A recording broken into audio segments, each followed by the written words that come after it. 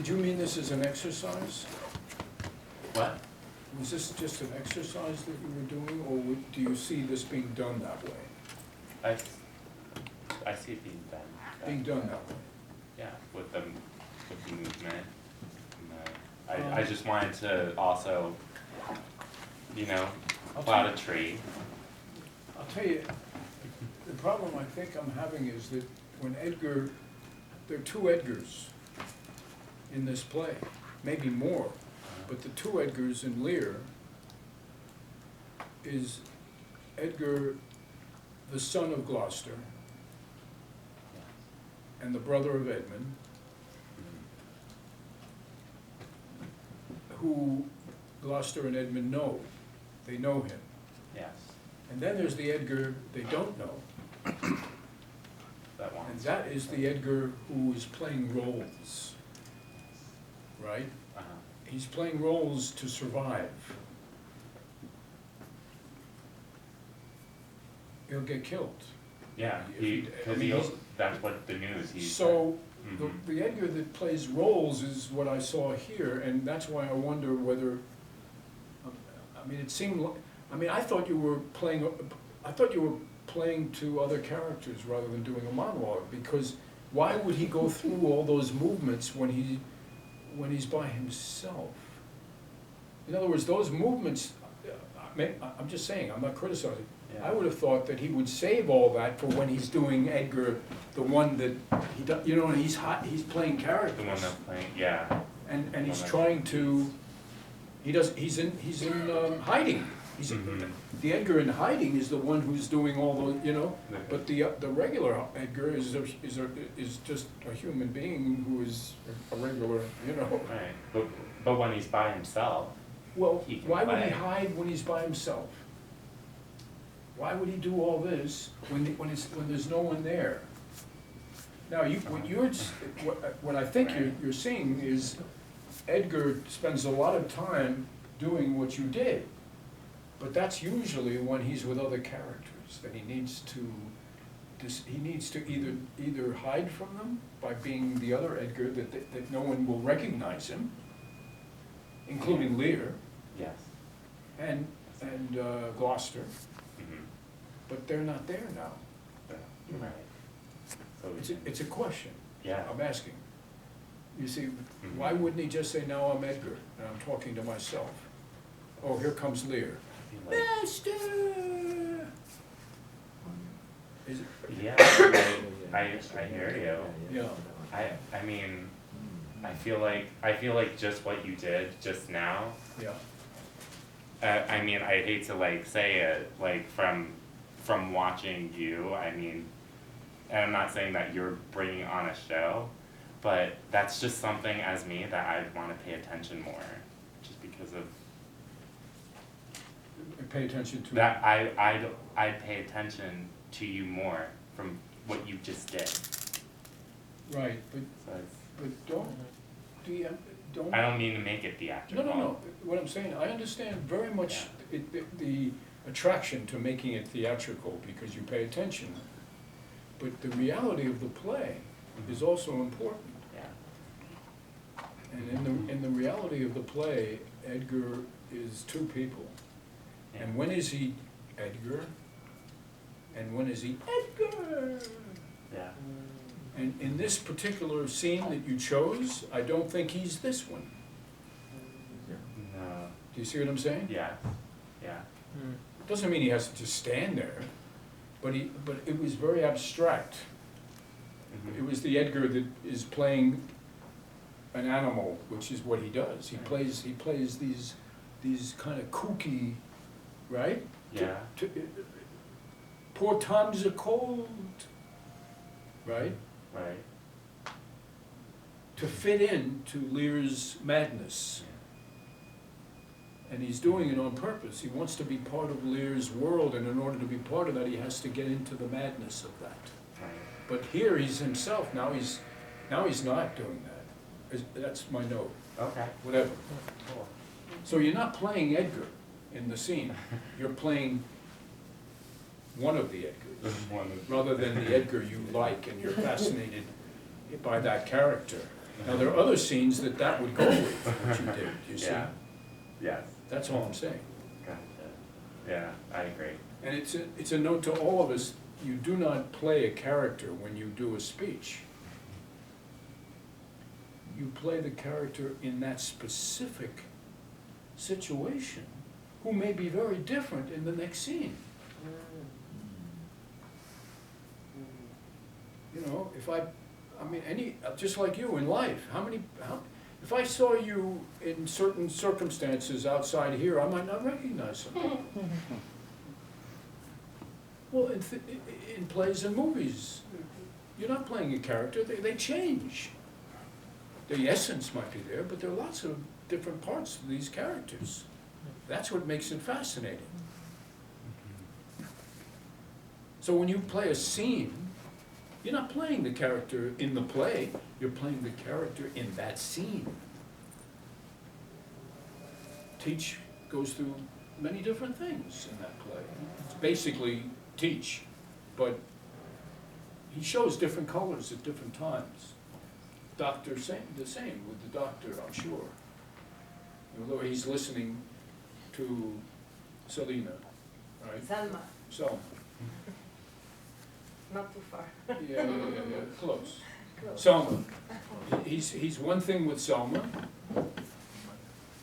and he's another thing with his wife.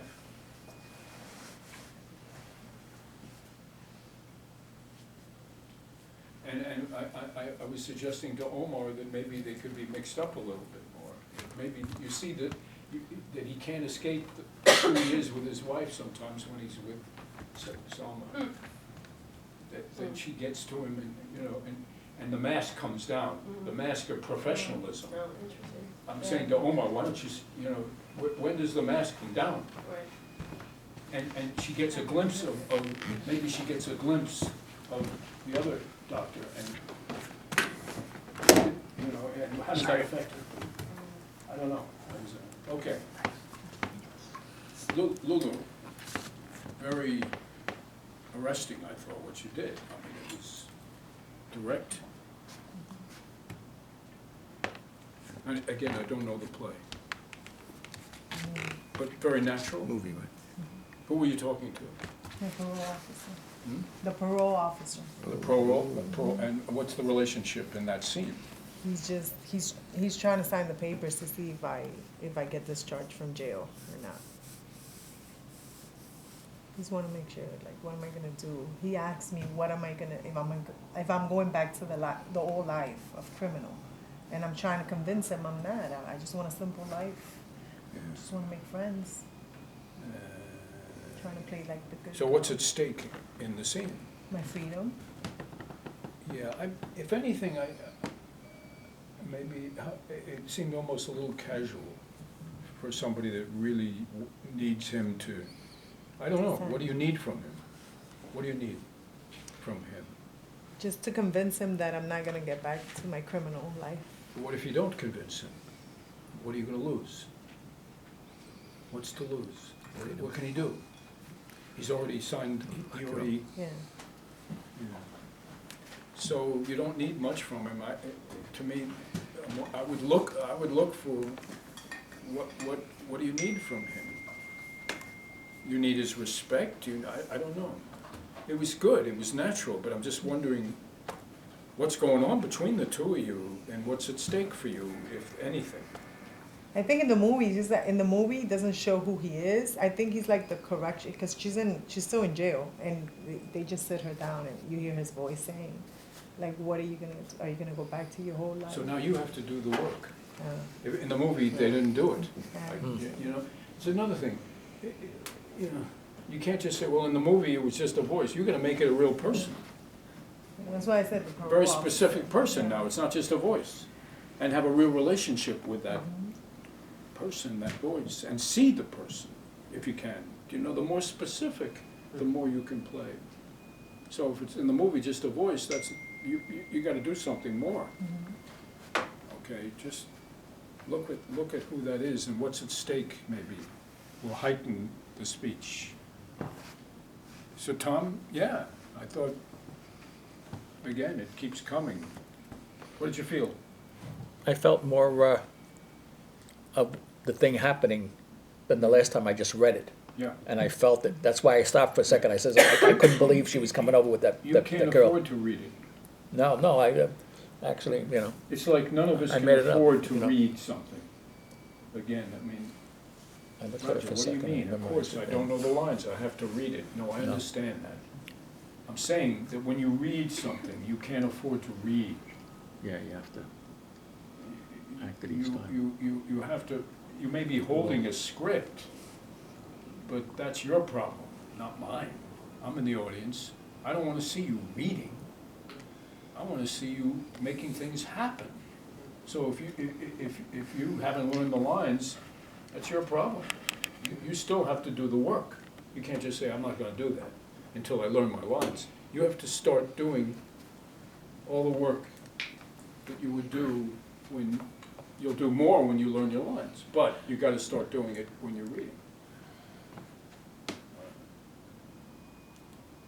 So Anna, I already, I thought you spoke well, I just, it was hard for you to stay in character for that whole thing. I didn't realize I have to stay in character. I thought it's just, yeah, it was my, You forgot, yeah, I didn't know it. sure. But otherwise, good. And what character was who again? Ella, she's the wife of the professor, and at Yeah. that point of the story, the Uncle Vanya wants to commit suicide, and like all the characters line up to tell him that everyone basically have their own problems, not just him, and it's not the reason to kill yourself. So, again, how important is it that you say this? How important? It's important. I'm just saying that I'm not happy too about my life, even though I have everything. And What's he gonna do if you don't say this? I don't know. Is it gonna make a difference? I mean, all of the character, I would say, will make a difference. I'm not asking about all the characters. You can't play all the characters. Yes. You're playing your character in this scene. It's gotta be specific. It can't be all the characters or, no, it's about this character with that person. What's important that's happening right now, Specific. rather than the story of the play. Yeah? And sometimes we don't play this, we don't really play this story. The lines tell the story. We don't play this story. We play the need, the objectives. Those are the things we play. We don't play the story. The writer plays the story. He wrote the story. You don't play this story.